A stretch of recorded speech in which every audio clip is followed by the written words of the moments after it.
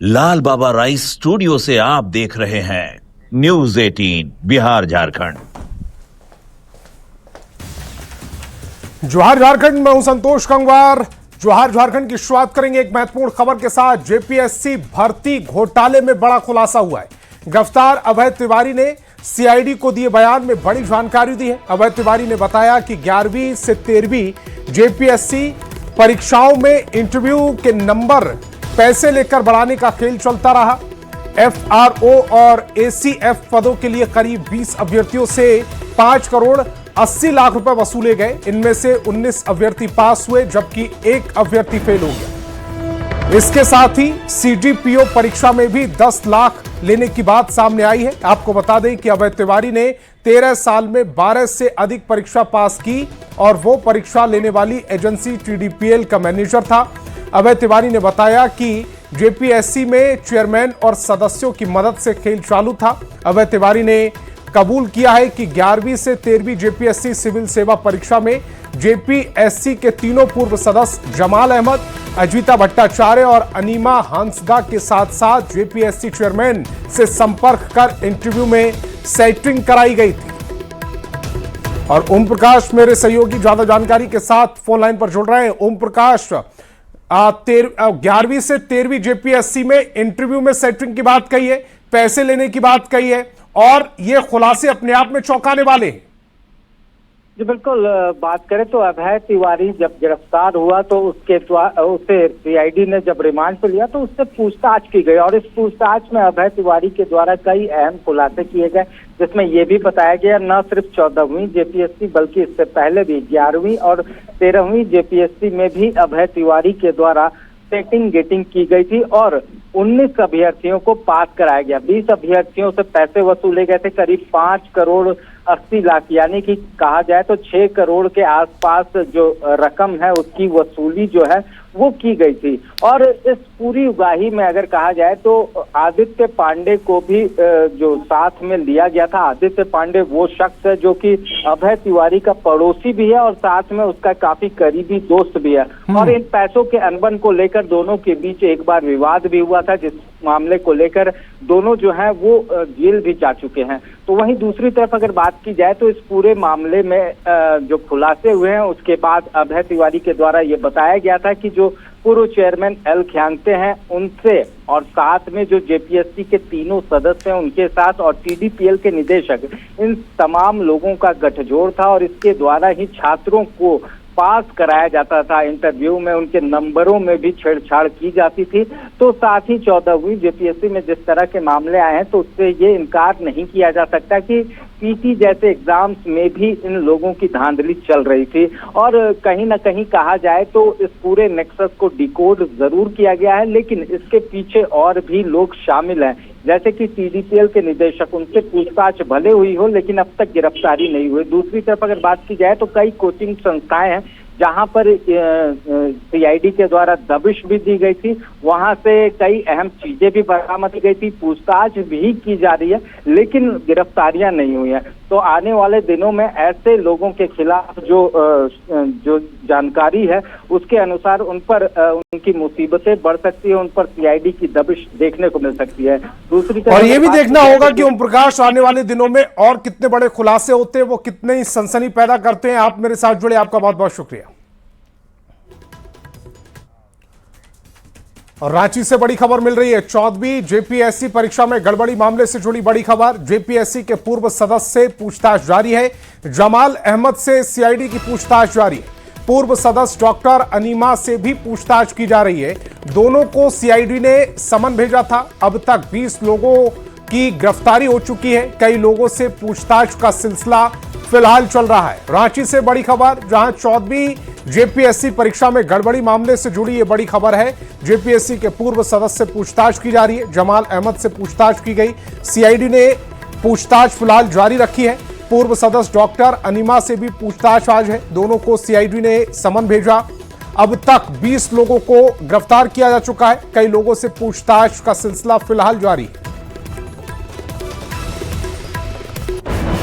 14वीं JPSC गड़बड़ी मामले को लेकर सीआईडी की जांच बदस्तूर जारी है और अब तक अगर बात की जाए तो 20 आरोपियों को गिरफ्तार किया जा चुका है। तो वहीं आज अगर पूछताछ की बात की जाए तो पूर्व सदस्य जमाल अहमद को सीआईडी मुख्यालय बुलाया गया है, जहां उनसे पूछताछ जो है वो फिलहाल सीआईडी के अधिकारी जो हैं वो कर रहे हैं। वहीं पूरे मामले में जो अब तक जानकारियां सामने आई है, अभय तिवारी के द्वारा जो दिया गया बयान था उसे लेकर ही सत्यापन जो है वो पूछताछ में की जाएगी। जाहिर तौर पर जो अभय तिवारी के द्वारा जो बयान दिया गया है उसमें न सिर्फ पूर्व चेयरमैन एल खियांगते बल्कि अगर बात की जाए तो जेपीएससी सदस्यों को लेकर भी जो बयान है वो दिया गया है और कहीं ना कहीं सेटिंग गेटिंग की बात जो है इन तमाम लोगों के साथ की जाने की बात अभय तिवारी के द्वारा की गई है। दूसरी तरफ अगर बात की जाए तो इस पूरे मामले में ये भी चीज़ें सामने आई है कि कोचिंग संचालक और जो निदेशक हैं उन लोगों की भी मिली भगत होती थी। इन तमाम चीज़ों को लेकर अभय तिवारी के द्वारा बयान दिया गया था और उस आधार पर अगर बात करें तो पूर्व जेपीएससी चेयरमैन को गिरफ्तार किया जा चुका है। तो वहीं अब जो है पूछताछ का सिलसिला जो है वो जेपीएससी सदस्यों से किया जा रहा है और इसी कड़ी में जमाल अहमद जो हैं आज सीआईडी मुख्यालय पहुंचे हुए हैं, जहां उनसे पूछताछ की जा रही है। देखना होगा कि इस पूछताछ में किस तरह से चीज़ें जो हैं वो सामने आती है। रांची से न्यूज़ 18 के लिए ओम प्रकाश। और झारखंड में प्रदर्शनकारी छात्रों पर लाठीचार्ज के खिलाफ और लोकसभा में विपक्ष के नेता राहुल के विरोध में झारखंड बीजेपी सांसदों ने प्रदर्शन किया और राहुल गांधी के खिलाफ नारेबाजी की। तो झारखंड प्रदर्शनकारी छात्रों पर लाठीचार्ज को लेकर अब इस पूरे मामले को संसद में भी उठाया गया है। तस्वीरें आप देख पा रहे हैं। लाठीचार्ज के खिलाफ लोकसभा में विपक्ष के नेता राहुल गांधी के विरोध में झारखंड बीजेपी सांसद एकजुट हुए, प्रदर्शन किया है। उन्होंने राहुल गांधी के खिलाफ नारेबाजी भी की। सीबीआई जांच कराना होगा, राहुल गांधी हाय हाय, राहुल गांधी हाय।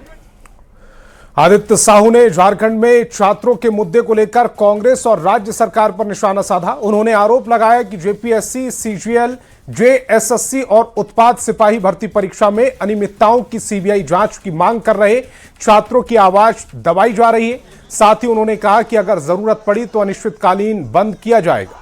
3 तस्वीरें आपकी टेलीविजन स्क्रीन पर।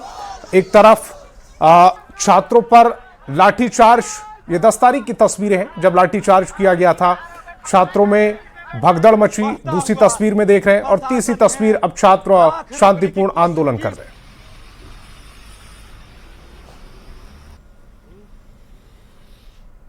चूंकि अंदर अंदर वहां पर जनता की गाढ़ी कमाई को मलाई कोई खाने का काम कर रहे हैं, दम है तो झारखंड के छात्रों के साथ मिले और उनके साथ, उनके आवाज के साथ मुख्यमंत्री जी के दरवाजे पे घेराव करने का काम करें। छात्र वहां डिमांड करे सीबीआई जांच करो। राहुल गांधी जो वहां पर लाठी चलवा रहे हैं, गोलियां चलाने का काम कर रहे हैं, बच्चों को प्रताड़ित कर रहे हैं, राहुल गांधी के इशारे पर झारखंड में नंगा तांडव करने का काम वहां की सरकार, वहां के प्रशासन कर रहे हैं। मुंहतोड़ जवाब झारखंड की जनता देगी, देश की जनता देगी। दिल्ली में कुछ करोगे, प्रधानमंत्री जी के आवास के सामने जाकर के धरना में बैठते हो राहुल गांधी, क्यों नहीं झारखंड जाते हो? मोबाइल से बच्चों पर दबाव डालते हो। दम नहीं है कि मुख्यमंत्री से ये बात कर सके छात्रों का भला के लिए। अगर दम है तो छात्रों का डिमांड है कि सारी परीक्षाएं रद्द हो, जेपीएससी हो, सीजीएल हो। और केंद्रीय मंत्री संजय सेठ ने छात्रों पर हुई लाठीचार्ज पर सवाल उठाते हुए कहा कि लाठीचार्ज की बर्बरता, दमनात्मक कार्रवाई और कल रात में 1 बजे रांची के डिप्टी कमिश्नर, रांची के सीनियर एसपी छात्रों को जाकर धमकाते हैं, उनको उठने के लिए कहते हैं और रात में ही बिजली काट दी जाती है। पूरा जो घोटाला हुआ है वो लगभग 400 करोड़ रुपए का घोटाला है। चाहे जेपीएससी हो चाहे जेएसएससी हो, ये 400 घोटाला रुपए करोड़ का घोटाला हुआ। ये हिस्सेदारी किसको किसको गई? छात्र इसीलिए पूछ रहे हैं सीबीआई जांच क्यों नहीं दे रहे? क्यों? क्योंकि मुख्यमंत्री के अगल बगल के लोग, कांग्रेस पार्टी के बड़े बड़े नेताओं के लोग उस नेट में फंसे हुए हैं।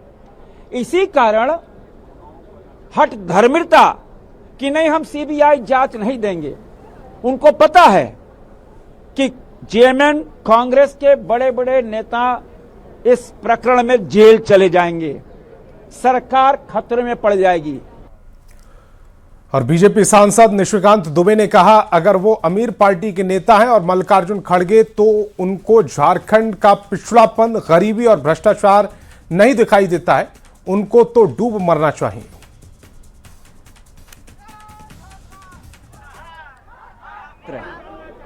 जिस तरह से मोदी विरोध की उनकी आग है और जिसमें देश तोड़ने वाले तत्वों के साथ वो हमेशा शामिल रहते हैं, उनके लिए संदेश है कि अपनी दोहरी मानसिकता, दोहरा चरित्र और ये जो विक्षिप्त मानसिकता है इसको बंद करिए।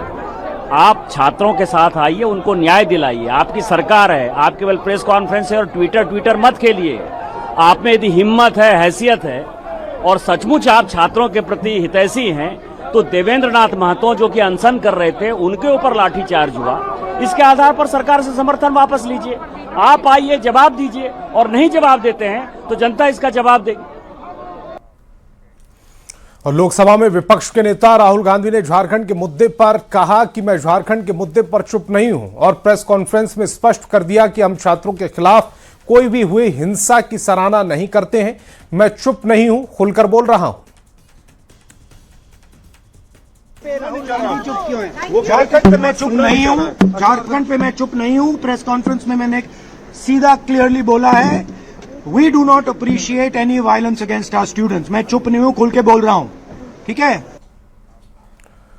और झारखंड में चल रहे छात्र आंदोलन और उस पर राहुल गांधी की चुप्पी को लेकर बीजेपी ने आरोपों पर कांग्रेस कोटे के चारों मंत्रियों ने पलटवार किया। राधाकृष्ण किशोर, दीपिका पांडे सिंह, इरफान अंसारी और शिल्पी नेहा तिर्की ने छात्र आंदोलन में बीजेपी की साजिश का आरोप लगाते हुए करारा वार किया। राधाकृष्ण किशोर ने आरोप लगाया कि बीजेपी केवल कांग्रेस को बदनाम करना चाहती है और छात्र आंदोलन को दूसरी दिशा में ले जाना चाहती है। स्वास्थ्य मंत्री इरफान अंसारी ने बीजेपी पर दोहरा चरित्र अपनाने का आरोप लगाया तो ग्रामीण विकास मंत्री दीपिका पांडे सिंह ने दावा किया कि बीजेपी के नेता राहुल गांधी से डरते हैं। वहीं कृषि मंत्री शिल्पी नेहा तिर्की ने बीजेपी से राहुल गांधी पर लगाए जा रहे आरोपों को लेकर माफी मांगने की मांग की है। अब इस निष्कर्ष पर पहुंची है कि इस छात्र आंदोलन में भारतीय जनता पार्टी की जो भूमिका है, श्री राहुल गांधी के विरुद्ध झूठा और मनगढ़ंत आरोप लगाना भाजपा की सोची समझी रणनीति का परिणाम। दरअसल भाजपा नहीं चाहती है कि हेमंत सोरेन की सरकार छात्रों की उचित मांगों को मान ले और आंदोलन समाप्त हो जाए। अगर जरा भी आपको भाजपा को युवाओं के प्रति हमदर्दी होता तो आप विधानसभा के बाहर या विधानसभा के अंदर धरना देते, ना कि आप मुख्यमंत्री जी की आवाज पर। दोहरा चरित्र हम बर्दाश्त नहीं करेंगे, मैं बता दे रहा हूं। और मैं फिर से कहना चाहता हूं, देश के एक एक युवा, एक एक बहने भाई, सारे लोग राहुल गांधी जी हैं। सोते हैं तो सपने में भी राहुल आते हैं। और जो एक तानाशाही सरकार को आपने चलाने का काम किया था, उसको उसके ताश के पत्ते जैसा आप कैसे भरभरा के राहुल जी के बातों से, उनके तथ्यों से जब भरभरा रहा है, तब आपको जरूर याद आता होगा कि वो कौन राहुल, वही राहुल जो हमारे जननायक हैं। क्योंकि झारखंड की जनता और खास करके जो प्रोटेस्टिंग स्टूडेंट्स हैं, वो लोग भी इस बात को समझ गए हैं कि जो बीजेपी है और उनसे एसोसिएटेड जो विंग्स हैं, वो लगातार अपनी राजनीति को सेकने के लिए यहाँ के आंदोलन को एक ढांचा बनाने का काम कर रही है।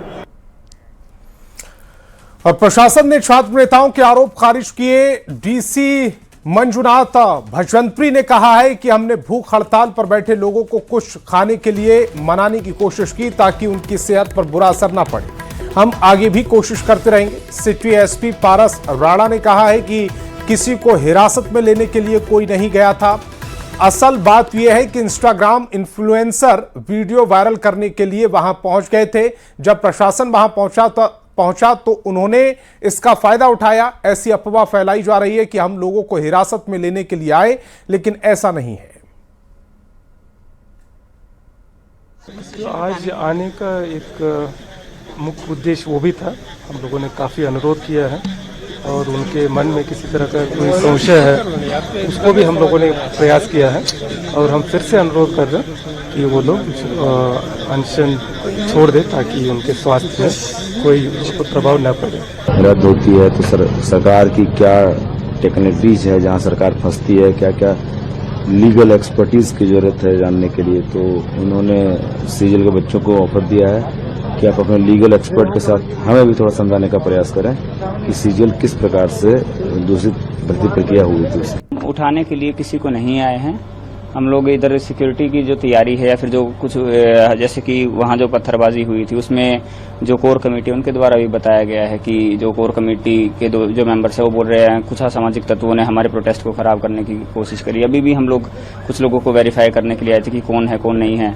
अब एक लड़का मिला भी था, आप लोगों को इन्फॉर्मेशन मिली होगी, खुद को आजमगढ़ का बता रहा है, अपनी आइडेंटिटी बताने पे मास्क लगा के कह रहा है मास्क तो नहीं हटाएंगे, हम नहीं बताएंगे हम कौन हैं। फिर कुछ रीजन भी नहीं बता पाया कि क्यों आया है।